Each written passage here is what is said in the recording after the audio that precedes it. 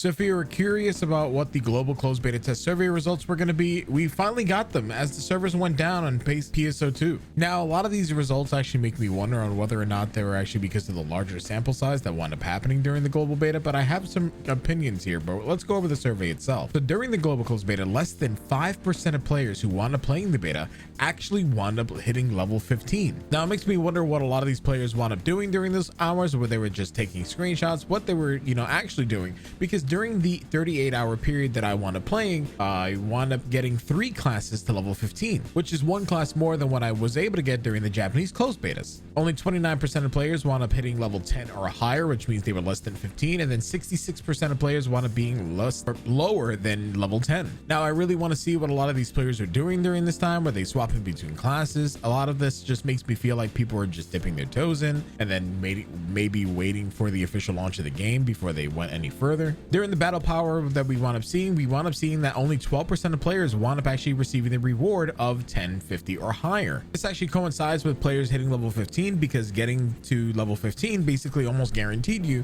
to getting combat power of 150 and or higher. Then a lot of other players wound up hitting 950 or higher, which means they were less than 1050 or 22%, and then 66% of players were also less than 950, which is actually a perfect match to those that were lower than 10. Then when it comes to class ratio, for the most part, it seems like things were a little bit more balanced this time around compared to the Japanese closed beta, where we had 10% of players were Tector, 12% of players were Force, 15% of players were Ranger, 19% were Fighter, 21% were Gunner, and then 23% were Hunter. They did wind up saying that to avoid every specific class from becoming overused, they are going to keep an eye on them and then make additional updates as the game begins to launch going forward. So just based on that alone, I have a lot of questions. Again, I would have liked to have seen how many players were actually able to kill the Gigantics.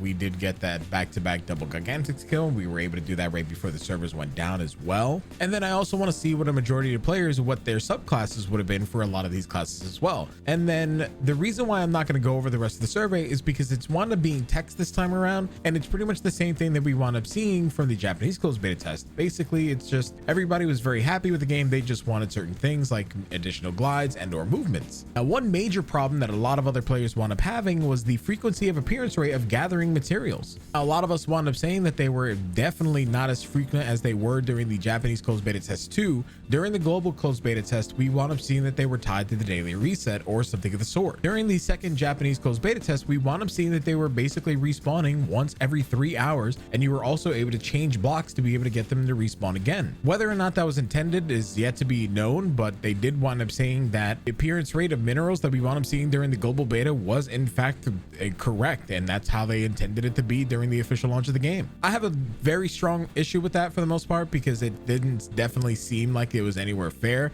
but their reason for that was saying that regarding limit breaking and unlocking potentials that use minerals, the plan is for limit breaking and unlocking these potentials are meant to be done gradually over play. So they believe that the current appearance of minerals is in fact appropriate, and they hope that we understand. To be completely honest with you, this is one of my only issues that I wound up having with the game for the most part, and especially with the response to the server, mainly because if I want to be able to work on multiple weapons, I wouldn't be able to do so because I now have to be limited by the amount of resources that I'm able to get per day.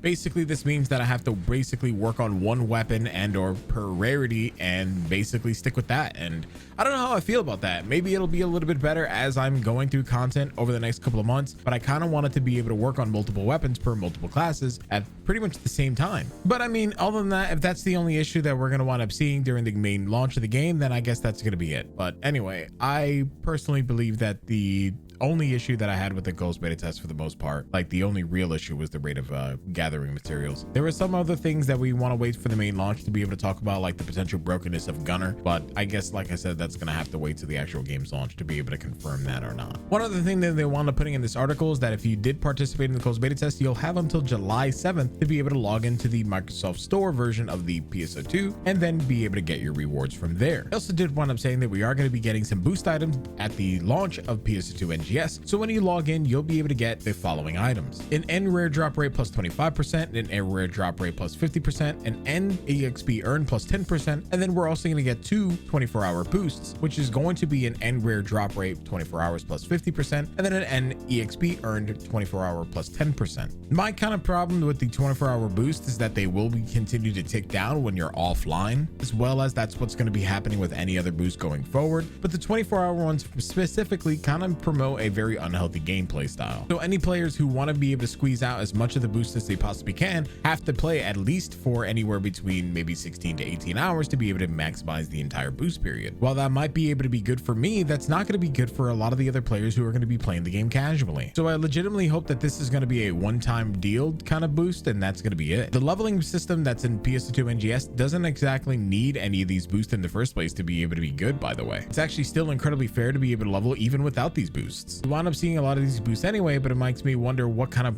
playing habits that they're actually trying to promote here. For the most part, like I said, I'm very happy with PSO2 and I'm very happy with all the changes that they're wanting making in NGS. I just have a little bit of questions on why they want to making some of the decisions that they do. For example, with material resources, if things are in fact going to accelerate a lot faster than, let's say, we're going to be getting done with the game and all of our weapons by, I don't know, maybe week 2, then I completely understand why they wound up changing it from every 3 hours to every 24 hours to be able to get mineral resources and watch them spawn. But yeah, I guess that's where all of my thoughts are for the most part this time around.